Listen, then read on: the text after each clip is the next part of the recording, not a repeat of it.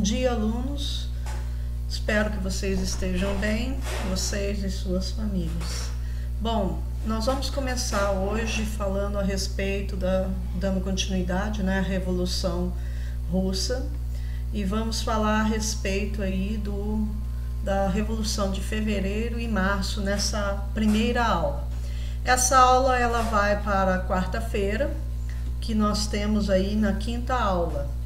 Depois estarei gravando logo em seguida a aula que vai para a sexta aula para vocês assistirem. E na quinta-feira vocês terão uma atividade a ser feita. Bom, vamos começar. Já falei a respeito para vocês, né, até o início aí da Revolução em Fevereiro. A gente vai dar uma recapitulada. Aqui nós temos na primeira parte, né, no nosso primeiro tópico, falando a respeito da participação da Rússia na Primeira Guerra Mundial, que colaborou muito para uma tentativa revolucionária dentro da Rússia. O que acontece? A Rússia ela já vinha com grandes dificuldades econômicas, desde o começo do século, com a Guerra Russo-Japonesa. Essas dificuldades econômicas vão se acentuar com a Primeira Guerra Mundial. A Rússia, o imperador, né, o czar, ele vai ordenar que emita-se papel moeda, sem que a Rússia tivesse uma reserva para isso. Acabou provocando uma desvalorização de sua moeda, essa atitude, e um processo inflacionário galopante dentro da Rússia. Para agravar ainda mais a situação, os russos tiveram que fazer empréstimos no exterior para poder comprar armamentos, munição e manter a Rússia na guerra, o que segundo o imperador, diante da política de alianças, era essencial a participação da Rússia. Enquanto isso, a população passava por uma situação de precariedade, inclusive chegando à questão da fome. Os russos já não estavam tendo dinheiro, faltava emprego e faltava alimento. Quando chega em 1916, final de 1916, na verdade mais para o começo de 1916, o imperador tomou a decisão de confiscar até mesmo os animais criados pelos russos no campo, o que daria a eles assim uma possibilidade maior de alimento. Esses animais eram confiscados para ser enviados para o fronte como alimento para os soldados.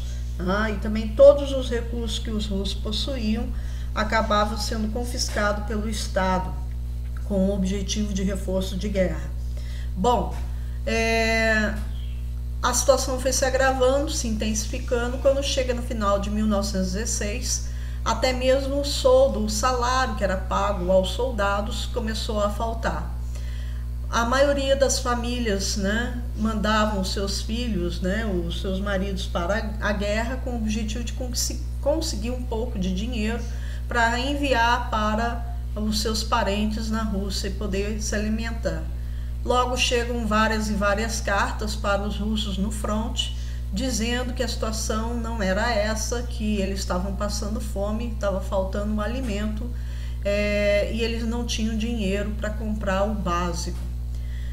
Os soldados começam a se desesperar porque também para eles estava faltando esse pagamento.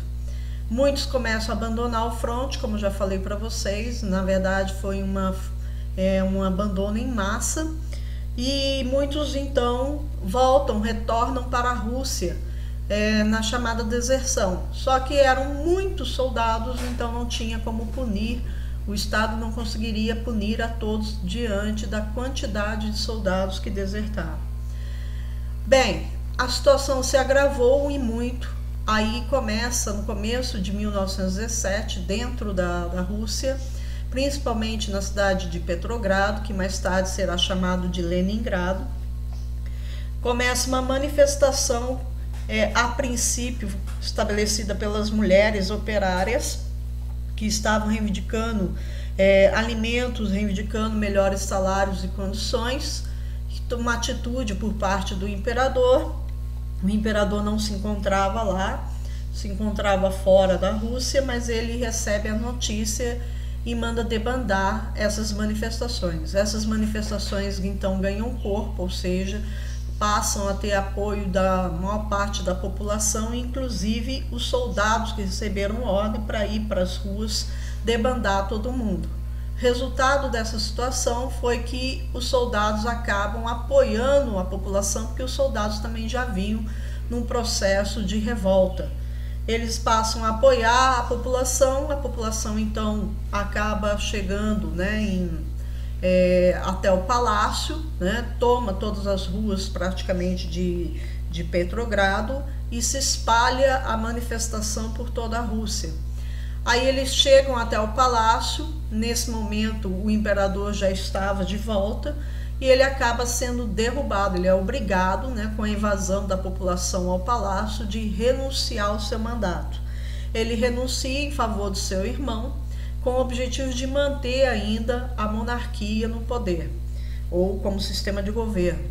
Isso acontece no dia 3 de março. Porém, o que acontece logo em seguida é a instalação de um governo provisório, a princípio sob o comando de Lvov, tá? Como vocês podem ver aqui, e logo depois quem vai assumir será o governo de Kerensky. Esse governo ele recebe o nome de governo provisório, e a primeira medida que o povo esperava deles era a retirada da Rússia da guerra, mas isso não aconteceu. Eles mantiveram a Rússia na guerra e a situação foi se tornando crítica. Quando chega em maio, mais ou menos, retorna para a Rússia o Lenin. O Lenin, que era o líder aí dos bolcheviques, mesmo no exílio ele se mantinha líder dos bolcheviques. Não foi feita nenhuma reforma agrária e aí o Lenin se aproveita dessa situação logo que ele chega na estação de trem. Um detalhe, ele atravessa a Europa em guerra, né, a parte ali da Alemanha, com o apoio dos alemães. Os próprios alemães que fizeram a travessia, colocaram ele num vagão blindado para levá-lo até a Rússia. Com qual objetivo? O objetivo era que o Lenin, ao retornar, depois de feito uma aliança secreta com a Alemanha, ao retornar para a Rússia, retirasse a Rússia da Primeira Guerra quando ele conseguisse, através de uma revolta, tomar o poder. Esse era o objetivo do apoio alemão, logicamente mediante um pagamento por parte dos russos pela retirada da guerra, ou uma punição. Bem, quando o Lenin chega na estação, ele é aclamado pelo povo, é recebido, né, pelos bolcheviques e por grande parte da população russa, e ali ele faz um discurso baseado nas suas teses de abril, né? Essas teses de abril, ela tinha como um tripé de sustentação fundamentado num discurso ou numa promessa que seria baseado na paz, pão e terra. Paz seria a promessa do fim da Rússia na Primeira Guerra Mundial. Pão, alimento para a população que vinha passando por fome. E terra seria a distribuição de terras que seriam confiscadas da nobreza e do clero ortodoxo, que seria entregue para a população camponesa. Essa era a sua promessa e, obviamente, diante de uma população desesperançada, passaram a crer nele e a apoiá-lo quase que 100%.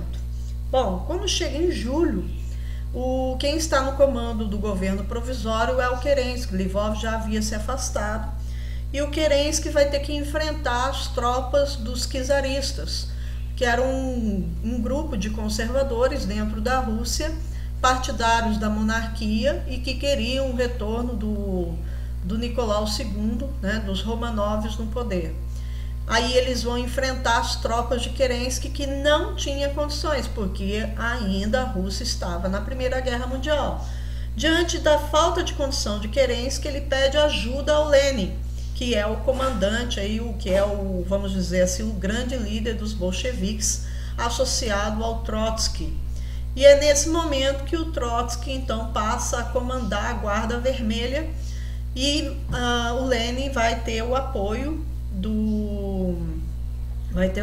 dos sovietes. Ele busca o apoio dos sovietes e eles vão lutar contra os czaristas, defendendo o governo provisório a princípio. Terminado o confronto, né? Não foi uma guerra civil, foi uma revolta. Terminada essa revolta, o Kerensky deixa claro para o Lenin a sua fraqueza, né? O quanto o governo provisório não teria condições de segurar uma revolução mais forte, liderada aí pela grande maioria, os bolcheviques. E é exatamente isso que vai acontecer. Associado aos sovietes, que é aquele conselho, né, estabelecido pelos trabalhadores urbanos, com o apoio de soldados e de camponeses, esse conselho, juntamente aos bolcheviques, comandados pelo Lenin e pelo Trotsky, organizam uma revolução, que é a Revolução de Outubro de 1917. Lembrando vocês que é outubro para nós, para eles ainda já era novembro, né, por causa da diferença do calendário. Bom, o Lenin então toma o poder, derrubando o Kerensky e destituindo o governo provisório. Logo que ele toma o poder, nós vamos ver aí uma imagem, só para dar uma paradinha, uma imagem onde a população está ouvindo o discurso de Lenin pouco tempo depois que ele chegou na Rússia, em 1917. E aí, quando ele toma o poder, ele vai estabelecer o início, né, do governo socialista, ou do projeto socialista. Ele só vai iniciar, quem vai consolidar realmente é o Stalin. Quando ele assumiu o poder, a primeira atitude dele, vai ser a retirada da Rússia da guerra. Ainda não foi assinado nenhum acordo, porque ficou um impasse entre ele e o Trotsky. O Trotsky era favorável somente tirar a Rússia da guerra, sem fazer nenhum acordo com os alemães, ou seja, sem pagar nenhuma indenização. E o Lenin, né, mediante aquela aliança que ele tinha feito com os alemães, ele queria estabelecer o acordo. Então ficou no impasse até o começo de 1918. Esse impasse vai ser concluído com a pressão da Alemanha de um retorno à guerra, né, de voltar a atacar a Rússia, e aí o Lenin assina o acordo com os alemães de Brest-Litovsk, que é a retirada da guerra. A Rússia, mediante esse tratado, é obrigada a entregar territórios que eram controlados por ela, que é basicamente o leste europeu, não sei todo o território, mas seria Letônia, Lituânia, Estônia, a parte da Ucrânia, da Polônia, que eram territórios ricos em ferro, carvão, que era fundamental para a industrialização russa. E eram territórios também que concentravam boa parte das indústrias russas. Então a Rússia recebe um forte golpe econômico aí com a perda do território para os alemães. Bem, além disso, o Lenin vai confiscar as terras da nobreza e do clero, expulsando o clero ortodoxo da Rússia e iniciando aí o que seria um princípio de uma reforma agrária. Vou parar por aqui para o vídeo não ficar muito longo, muito pesado, e vou dar continuidade falando sobre o início da Guerra Civil, sobre NEP e o fim do governo de Lenin. Fiquem com Deus, que Deus os abençoe. Temos aí uma imagem de Lenin discursando para o povo.